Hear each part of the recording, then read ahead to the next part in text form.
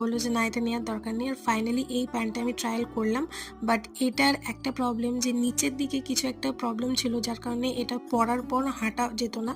তো সেই জন্য ভাবলাম যে না, এটা দেখতে যতটা সুন্দর বাট পরার পর তেমন একটা ভালো লাগছিল না। তাই জন্য আর কোনো কিছুই কিনিনি সেখান থেকে। সেরকম কিছুই আর কেনাকাটা করলাম না, কারণ কি আমার খুব একটা মানে সাইজ পারফেক্টলি পাচ্ছিলাম না। বাকি জিনিস ভালো ছিল। তারপর মায়ের নিজস্ব ঘরের কয়েকটা জিনিস কেনাকাটা ছিল, সেগুলো কেনার পর আমি ভাবলাম যে বাবার জন্য যেহেতু কিছু নেওয়া হয়নি, তাই বাবার জন্য কিছু একটা নিতে হবে। তাই বাবার জন্য গিয়েছিলাম এরকম টাইপের শার্ট দেখতে। বাবা এরকম হাফ হাতা শার্ট পরতে খুব ভালোবাসে, কিন্তু এগেইন এখানে সাইজ প্রবলেম। মানে যেহেতু একেবারেই সামনে পয়লা বৈশাখ ছিল বলে মানে অলরেডি সব কিছুই সোল্ড আউট। তারপরেও আমি বাবার জন্য কিছু কিছু জিনিস খুঁজছিলাম। আচ্ছা, এখানে আমি বুবাইয়ের জন্য অনেক কিছু কিনেছি। তারপর বাড়ি আসার পথে আইসক্রিম কিনেছিলাম। আর এখন যেহেতু গরমকাল, আইসক্রিম খেতে আমার তো ভীষণ ভালো লাগে।